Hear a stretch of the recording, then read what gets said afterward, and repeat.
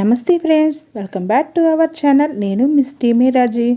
ఈరోజు మన వీడియోలో చూపించే రెసిపీ వచ్చేసి రెస్టారెంట్ స్టైల్లో చికెన్ ఫ్రైని ఇంట్లోనే చాలా అంటే చాలా రుచిగా అండ్ ఈజీగా ఎలా తయారు చేసుకో చూపించబోతున్నానండి. చాలా అంటే చాలా బాగుంటుంది. టేస్ట్ అయితే కనుక చేసుకోవటం చాలా సింపుల్ ప్రాసెస్లో చూపించబోతున్నాను. ఒక్కసారి ట్రై చేశారంటే ఎప్పుడు చికెన్ ఫ్రై చేసినా ఇలానే చేసుకుంటారండి, అంత బాగుంటుందన్నమాట. ఇంకా లేట్ చేయకుండా ఈ చికెన్ ఫ్రై ఎలా చేసుకోవాలో చూద్దాము. ముందుగా అయితే స్టవ్ ఆన్ చేసి కళాయి పెట్టేసుకోవాలి. తర్వాత 4 గంటల వరకు ఆయిల్ వేసానండి. ఈ ఆయిల్ వచ్చేసి మన చికెను ఎంతైతే తీసుకుంటామో ఆ క్వాంటిటీని బట్టి ఆయిల్ అనేది వేసుకోండి. నేనైతే 1,5 కేజీ వరకు చికెన్ తీసుకున్నాను అనమాట. దానికి సరిపడా ఒక 4 గంటల వరకు ఆయిల్ వేసాను.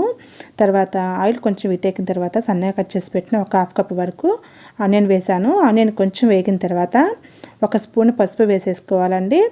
ఈ పసుపు వేసేసి ఒకసారి కలుపుకొని తర్వాత 2 స్పూన్ల వరకు అల్లం వెల్లుల్లి పేస్ట్ వేసానండి. ఈ అల్లం వెల్లుల్లి పేస్ట్ బాగా పచ్చివాసన పోయేలాగా మంటను సిమ్లో పెట్టేసి వేపుకోండి, సరిపోతుంది అనమాట.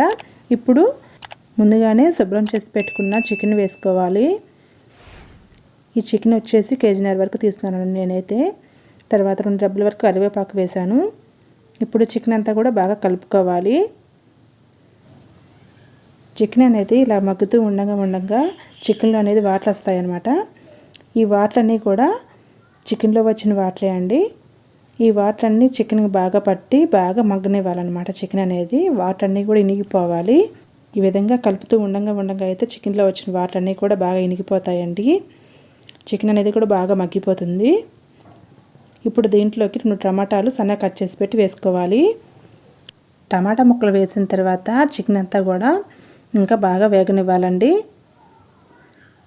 చికెన్ అంతా బాగా దగ్గర పడి ముక్క అనేది పట్టుకుంటే కొంచెం మెత్తగా ఉంటుందన్నమాట. ఆ విధంగా ఉన్నప్పుడే మనకి చికెన్ అనేది బాగా వేగిపోయిందని అర్థం అండి. మీరు చూసినట్టయితే కనుక ఈ విధంగా బాగా దగ్గర పడి చికెన్ అనేది బాగా మగ్గిపోయింది.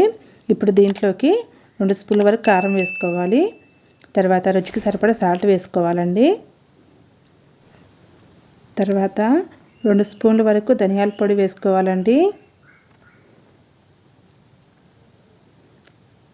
ఈ కారం, ఉప్పు, మసాలా అంతా కూడా చికెన్ బాగా పట్టేలాగా కలుపుకోవాలి. నేను చూపించిన విధంగా ఇలా చేశారంటే కనుక చికెన్ ఫ్రై రెస్టారెంట్ స్టైల్లో వస్తుందండి. చాలా బాగుంటుంది అన్నమాట టేస్ట్ అయితే కనుక. ఒక్కసారి కనుక టేస్ట్ చేస్తారంటే ఎప్పుడు చికెన్ ఫ్రై చేసినా ఇలానే చేస్తారండి, అంత బాగుంటుంది అన్నమాట. ఇప్పుడు దీంట్లోకి చికెన్ మసాలా, గరం మసాలా వేసానండి. అదొక స్పూన్, ఇదొక స్పూన్ వరకు ఉంటుందన్నమాట. ఈ మసాలా అంతా వేసేసి చికెన్ని బాగా కలుపుకోవాలండి.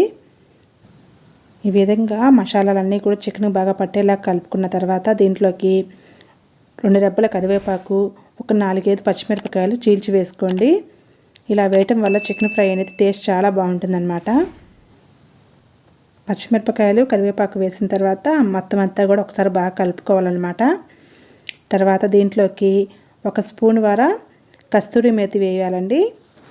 కస్తూరి మేతి వేయటం వల్ల టేస్ట్ అనేది చాలా బాగుంటుంది. చికెన్ ఫ్రై మంచి ఫ్లేవర్ వస్తుందన్నమాట. ఈ విధంగా కస్తూరి మేతి వేసేసి 1 నిమిషం అలా ఉంచేసి గ్యాస్ని ఆపేయటమేనండి. అంతేనండి, చాలా అంటే చాలా టేస్టీగా ఉండి చికెన్ ఫ్రై అయితే రెడీ అయిపోయింది.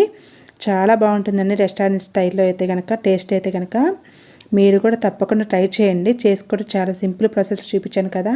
ట్రై చేసి టేస్ట్ ఎలా అనిపించింది మర్చిపోయి కామెంట్ చేయండి. వీడియో నచ్చితే ఒక లైక్ చేసి మీకు తెలిసిన వరకు షేర్ చేయండి. ఇలాంటి మరిన్ని వీడియోస్ కోసం మన ఛానల్ అయితే తప్పకుండా సబ్స్క్రైబ్ చేసుకోండి ఫ్రెండ్స్. ఇంకొక వీడియోలో కలుద్దాం.